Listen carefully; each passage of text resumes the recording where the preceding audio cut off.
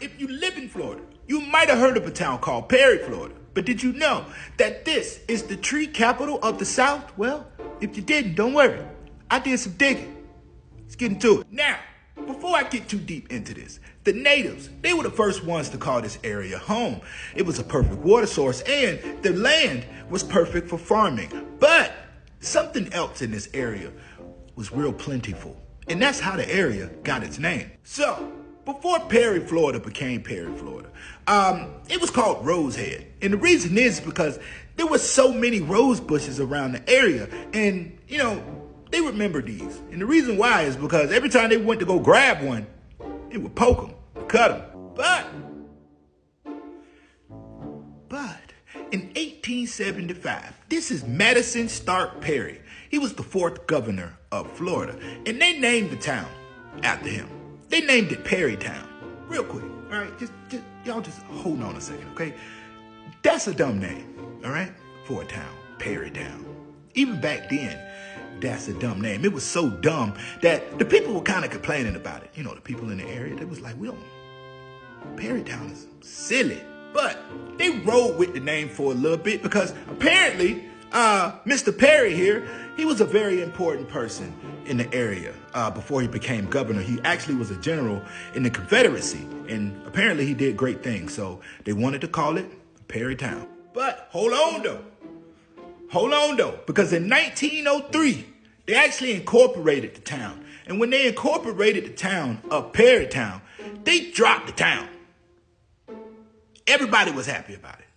So now the town is just called Perry, Florida. Also, the post office. See, this post office was built in like 1869 when it was still called Rosehead. But when they incorporated the town of Perry, they had to change everything over to actual Perry. So now they actually have a post office in Perry, Florida. Now, at this time in Florida, right, Perry is actually located on the Nature Coast here in Florida. So a lot of lumber and turpentine, a lot of stuff is coming out of this area of Florida. So the town is thriving, all right? They're doing good for, 10, 15 years. But, things start to change for the town around 1922. Now, real quick, the next part of this story I'm going to talk about, I couldn't find the real pictures of the incident. So I just went and grabbed some pictures to tell the story. So y'all just follow along with me. Now, in 1922, there was a school teacher, all right? She ended up losing her life. Somebody took her life.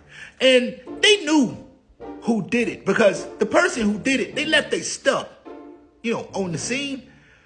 But they didn't go after that person. They went after some other people. Now, when the town found out about what happened to the school teacher, they were furious, all right? So there was a mob of 1,000 men, all right? And they go get this guy named Charles White. He didn't have anything to do with it, but he was almost just like the first person they seen. They went and grabbed him. Now, the police do arrest Charles, okay? And y'all already know what happens next. He don't make it. The mob, they actually get Charles. And, they make a spectacle out of him. And the thing is that nothing was done about any of that. But even though they got the person that they thought did it, they end up going to get 2 other guys that were just random as well and accuse them of doing the crime as well. Now, the police do get those 2 gentlemen to the jail. But while they were inside of the jail, that same mob, okay, of 1,000 men, they break into jail and take both of them out of the jail. Now, those 2 gentlemen also were made a spectacle of. And the thing is that they weren't done there because they go through the whole town of the black neighborhood, all right, at this time. This 1922, feel me? And they burned down churches, the black schools, any kind of entertainment facility that they had, parks, anything. They burned it down. It took the fire department almost a month to put out all the fires. Now, look, this whole thing lasted about a week, all right, in December of 1922. And they put out multiple articles throughout a lot of newspapers about this thing going on. This thing lasted a week, all right? But these articles, they weren't like articles of like, something should be done to the people who did this.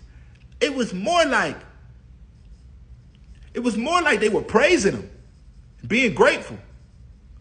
It's the strangest thing. Now look, I ain't, telling y'all to do this, but y'all can pause this, all right? Read some of these if you can see them, all right? Very interesting. Now, when it comes down to Perry, Florida being the tree capital of the South, they got a lot of trees, all right? A ton of them. And just throughout history, all right, even way back, way back, they were the number one, producer of lumber, in America for the longest time. But the main reason why this area is the tree capital of the South is because Taylor County itself, all right, has over 500,000 acres of just forest. Nothing but trees. That's it. Now look, I don't know what y'all gonna do to remember this. Like it, comment, share it. I don't know, but the more you know. Peace.